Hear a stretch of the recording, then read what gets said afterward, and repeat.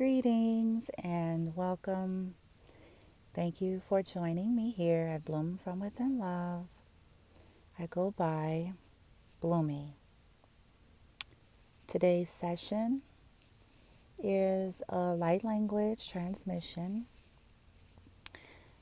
to assist us with our worthiness to see ourselves as beautiful. Dealing with issues like, body image, the way we perceive, the way we view ourselves. And let me just give some examples and talk a little bit about why I desire to do this for myself, for the collective, those of you who resonates with this.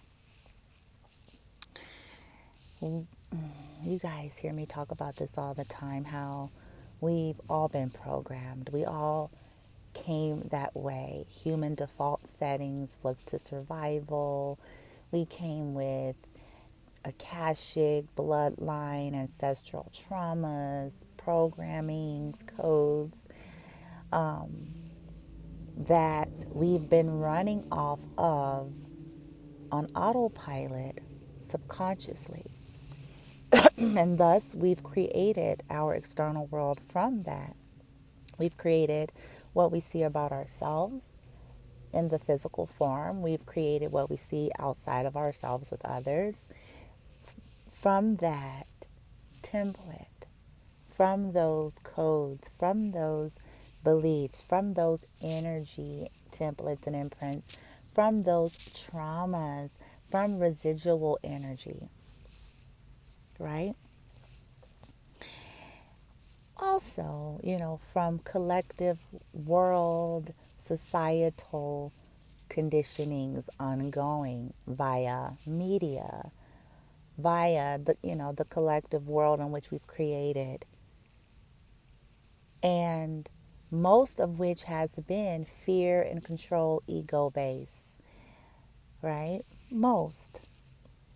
So it shouldn't be any surprise that if not all of us, even those of us who won't quite admit it, struggle probably with the way we feel and see and perceive of ourselves.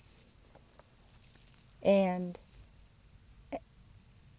in the physical. And if you come from a culture and a background that maybe have some heavily severe traumas in this area, it may be even worse for you. It just depends on what your whole energetic, vortex imprints, that you have currently running. So, just being candid here, it's kind of funny how this goes.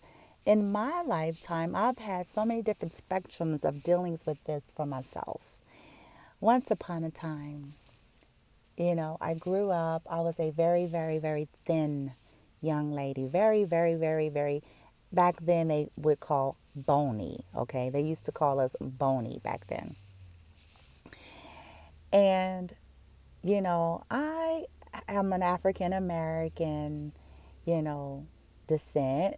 And so in my culture and where I grew up, and especially back then, since, I'm in my mid 40s here, okay, that really wasn't the thing, in that culture and in that time, being so very thin and skinny wasn't looked upon as beautiful, okay?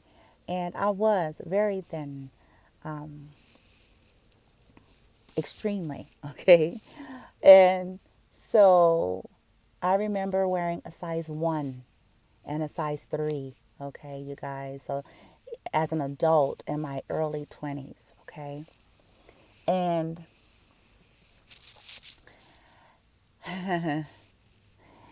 and I was never really built like what we would deem a atypical black woman.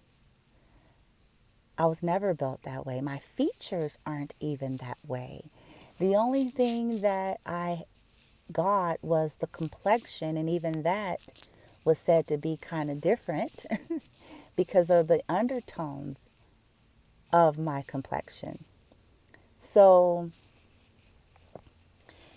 hence, feeling like being teased, I'm just giving you guys a little bit of background here to relate to this light language transmission and to relate to what maybe you are desiring to let go of or to, transmute from your beliefs, from your energy, from your heart, right?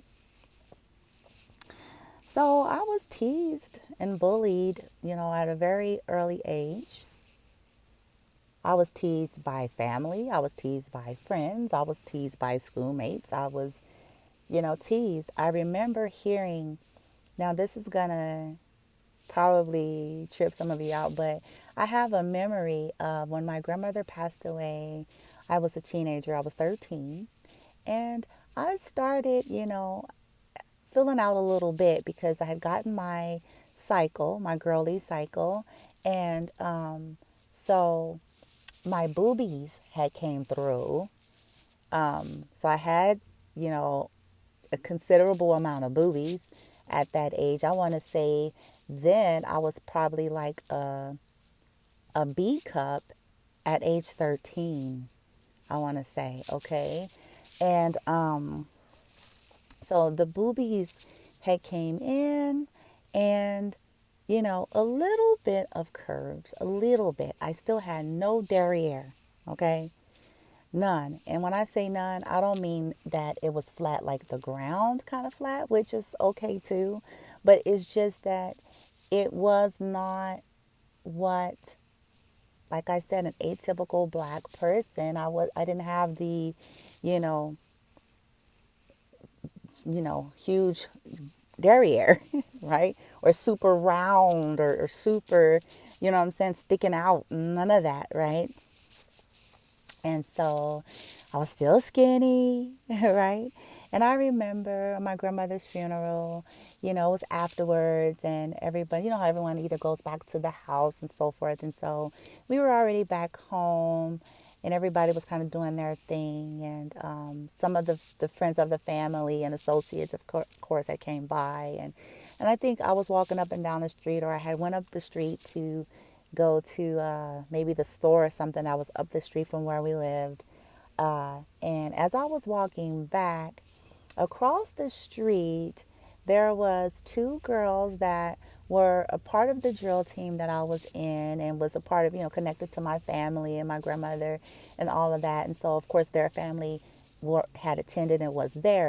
And the two girls, they were sitting in a car across the street.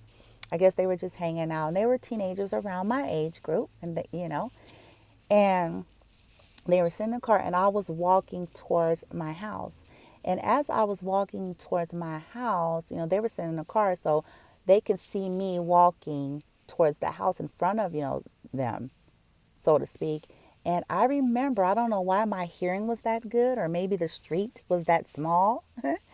And I remember hearing them laughing at me and saying, look at her butt. Look at her butt. She don't have any butt. Look at her butt. I heard that, you guys. I know that's a trip, but I remember hearing that. Look at her butt. She doesn't have any butt. Look how flat her butt is. She doesn't have any butt, right? And oddly enough, as I look back on that and I remember some other things about that time, I had a head full of hair that had grown so long because of back then we had Jerry curls, but then we washed it out and blew it out, so my hair can be done up for my grandmother's funeral. So it was gorgeous. I had a head full of hair, a lot of hair, which was not typical for the African American culture at that time. And so it's funny how you look at things and sometimes, people may have their own jealousies and insecurities, and they look for something to laugh at about you, because these two particular girls at that time, they were very, very voluptuously built, but they had no hair at all. And now what I mean by that is, back then, it was like they really did not have it. It was really not a lot of hair at all. And maybe they felt triggered or provoked in some kind of way because they hadn't seen that I had that much hair before. It was always, in a jerry curl. And so back then, the jerry curl, wouldn't really show the accuracy of how much hair you really had. And when you blow out or straighten your hair, it's going to always be longer. So it was a whole lot of hair, okay? And thick. I always had a whole lot of thick, thick, thick, thick, thick hair. So I remember feeling sad. I remember feeling hurt, just kept walking. But that wasn't the only time I had experienced people making little digs at my expense in a joking way, laughing way, whatever you want to call it. Okay. Not to mention, I was conditioned in those environments, My father, major womanizer, major, you know, I don't want to get into who my father was at that time, but, I was conditioned very early to focus on external beauty, but not only that, there was always something to be fixed. And so when he would come around, he would make statements about, you know, you need to get some lemon and salt, or lemon and I forget what he used to say, to scrub your knees so your knees won't be so dark. Okay. I had big old knobby knees, you know what I'm saying? But he would say, yeah, you need to get that so your knees wouldn't be so dark, So instead of focusing on the beauty, the uniqueness, the qualities, it was more so always, you're okay, but kind of energy. You're okay, but kind of energy. You look good, but kind of energy. And so he also teased and had comments to say for most of my life. And all the different changes, whether I was really skinny, and then when I started picking up weight, when I started wearing makeup, just always something. And so I know I'm kind of dwelling here, but I just wanted to share a true to life story of where, these beliefs, how we're conditioned, okay, how we're programmed, how we come to subconsciously and internally really start to believe that we're not worthy to see ourselves as enough. We're not worthy to see ourselves as beautiful enough, that we're not beautiful enough. Whether it is you got told you were ugly, fat, unattractive, unappealing, to this, to that, not enough this, not enough that, inferior to, less than this, comparing to that, competitive with this. You see what I'm trying to say? And then the objectification comes, where we're being objectified and like we're some kind of building blocks of, you need to add more here, take off more there, switch it around here. And don't get me wrong, I'm all for aesthetics. I'm all for accentuating, heightening our beauty. And I'm even all for, support of, if we want to go and endeavor in surgeries and things. I believe that we should start energetically first. I believe that we should assess things from that perspective first, shift the energy, shift the beliefs, and then start to manifest based on, visualization, affirmation, alignment. And if we want to catapult from there, of course, if that resonates with you. But that whole energy of constantly comparing, constantly, it's not enough. And what I started to pick up on my journey is, it is insanity. Because as you continue to live and grow and expand and meet new people, experience new things, everybody wants and likes something different. Everybody has a different view and a different feel in terms of what they feel like or deem beautiful or appealing or sexy. So you'll find that then you're always all over the place because now you're around people or with somebody that they they like super skinny people, or they think super skinny is the only true essence of beauty. Or then you get with someone else and they want someone with a huge ass, or they want someone with a certain shape ass, or they want someone with a certain shape boobs or certain size. After a while it's like, are we building blocks or what?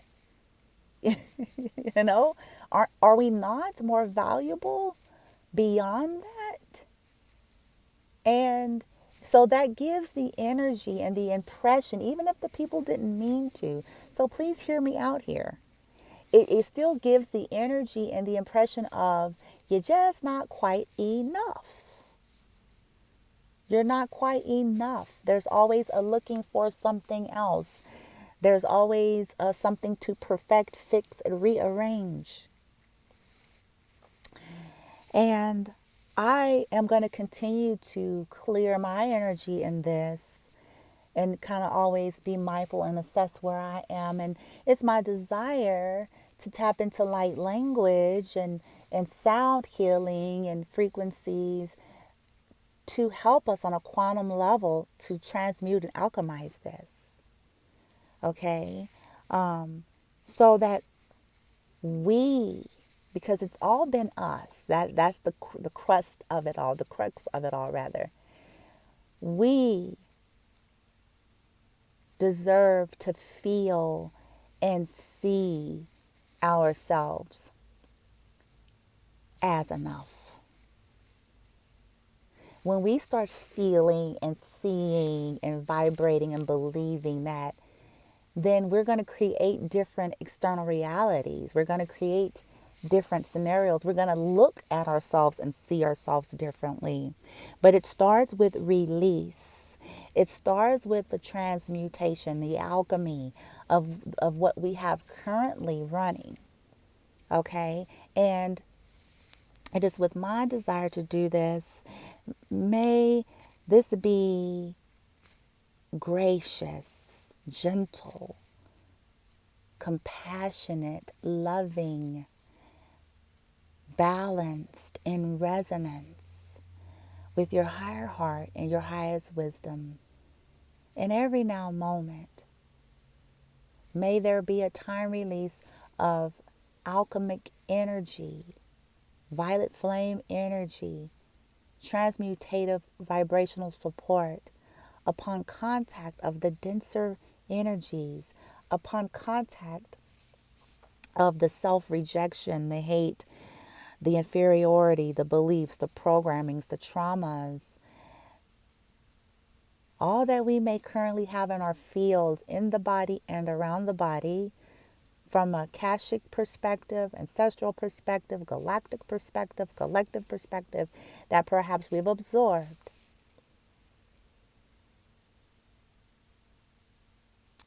That it's released and disintegrated smoothly, effortlessly, quickly, thoroughly, into Mother Gaia for neutralization.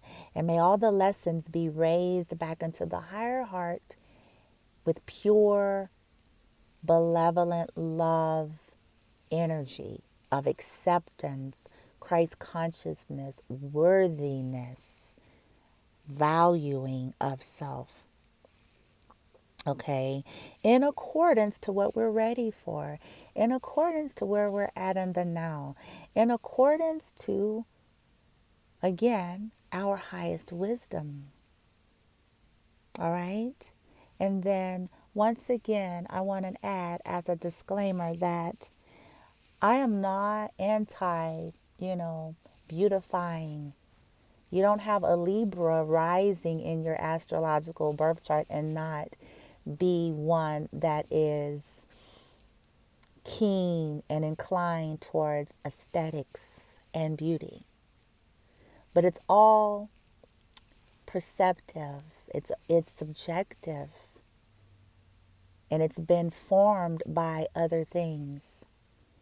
So it's my intent for us to address things on a soul level first, on an energetic level, on an akashic level, an energetic chakra, to go at the foundation.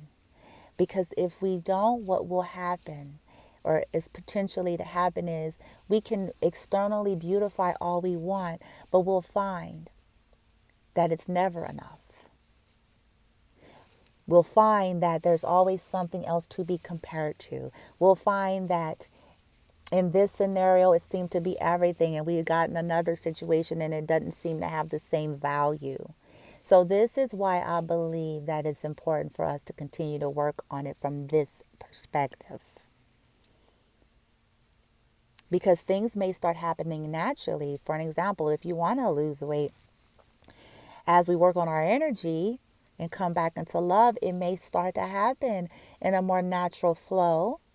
And you may need to do something to catapult it, but you're getting the core, you're targeting the inception of it so that you don't continue to recreate the cycles. So I hope this makes sense. Because I'm not implying that we shouldn't look our best, or we shouldn't have surgeries or wear weaves, or I don't believe that. I believe that we all choose the avatars, and we have a right to choose our creative expression in this external. People buy clothes a certain way to express themselves. People dye their hair certain colors to express themselves. People, you wear certain makeup a certain way to express themselves. People get tattoos and piercings to express themselves. So I feel like it's up to the individual. I don't have a judgment.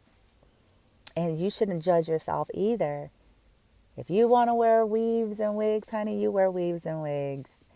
If you want to go all natural and wear dreads and an afro, you wear dreads and afro, if that's what resonates for you. But do it for you and still work on the energy. Do it for you. Release identifying with it. Release the attachment and the storylines, right?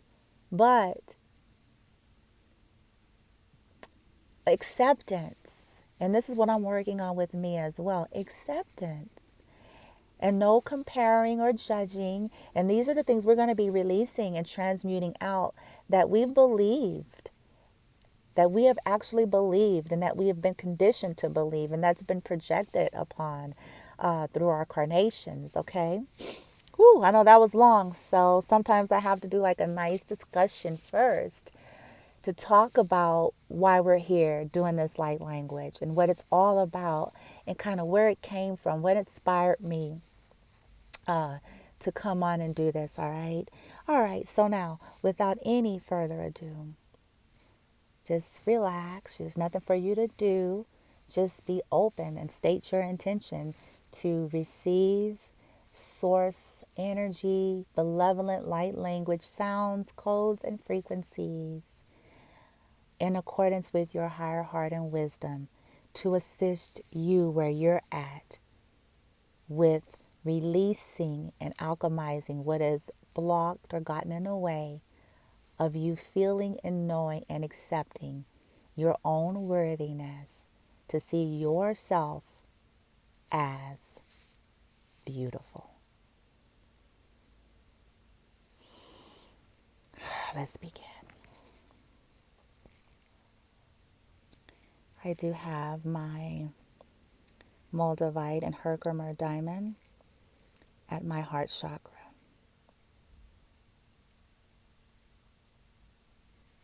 All about healing and transmutation and transformation.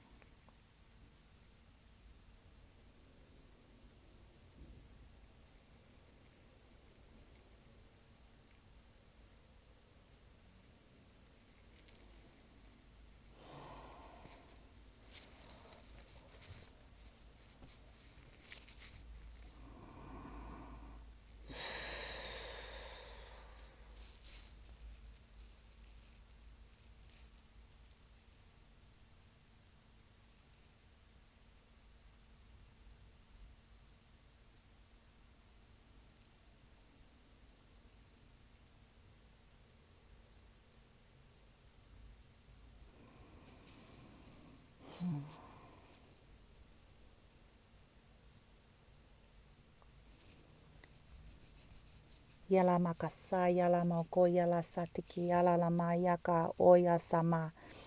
Shukuro yala takadamalaka shukutumma yala asatak aya shukutumala. Tekea salamato yala mataki ishikitimo. Ushukutumo yala sakachukutumo. Ekalama sakata yala asakato yala lama yakara baka sakachukuru salama para sadakata. Karataka ataka alamaka shukuta. Kororomo solakatika malala ayala asa alalama asala alalama asala malak ashkatu mala ashkatu malalama ashka asalama alalama yalalama o yalalama salalama yaka ashalalama yolomo yalalama so yolomo yalalama so o yolomo asakata yalalama alalama yololomo yalalama shoko yalalala sata halaka o yalalama asalaka ashkata o yoko o sholalama alama ashka alalama asataka asha alalama okoro o sola asakatu ashkatu malalama yalama ashko mala asuma asa yala ala moko ore ararama salaka ashaya asakatu yale yalalama ya asalaka tu ala laleleo yolo mala alaka alalaka ashaka yalalama salaka mala shakatu malalala ashkata ashiki yala moho sole yalalama lalaka yalalama lalalamo so yola lalalo so yal Shukalalo malala salaka alalala malala mo yo sama Eshe akarara masala la ye alala ma oko alala masai oso ya la so yolo la shaka la mo alaka asa ashka alala asu utku mala ashka ukru ashka ukru ashka asam ashka ayala ahari yororomo so ho yo ho so yo lo o ho so o yo lo o halama aha shaka ala ata alala ashaha shaka ata alala ma aha alala ashaka ata ala o hashukaro yalalala ma alala ma a lot of activity in the sacral halala ma shakaro shakara asalala ashka an emotion is coming up. Okay, and there were a couple of flashes of memories that came up, and this may be for some of you, but there are some of my old memories of childhood that came up. Okay, and so there were two. One of the memories is when I was about 4 or 5, maybe 6 years old at the most, and it was when I first got the Jerry curl back then because I didn't have it at first. Okay, and then my grandmother took me to get it, and I had already had a whole lot of hair as a little girl, but I was getting kitty kits to relax it because I had a lot of thick hair, and so then she took me to get the Jerry curl, but I wasn't told nor prepared. So I go in to get this Jerry curl, and all of a sudden I remember getting all of my hair cut off, virtually bald, virtually to a very, very short afro. So going from having extremely long hair to virtually no hair, and I looked in the mirror, I was traumatized, okay?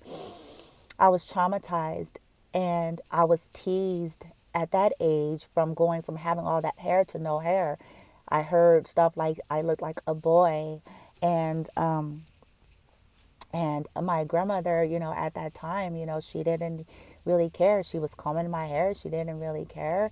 And so I'm sharing that to say those memories came up because some of you are dealing with the trauma. So we give intention to release, to feel that pain, to feel that, but to alchemize it, to let it go, to release the story, to transmute it, to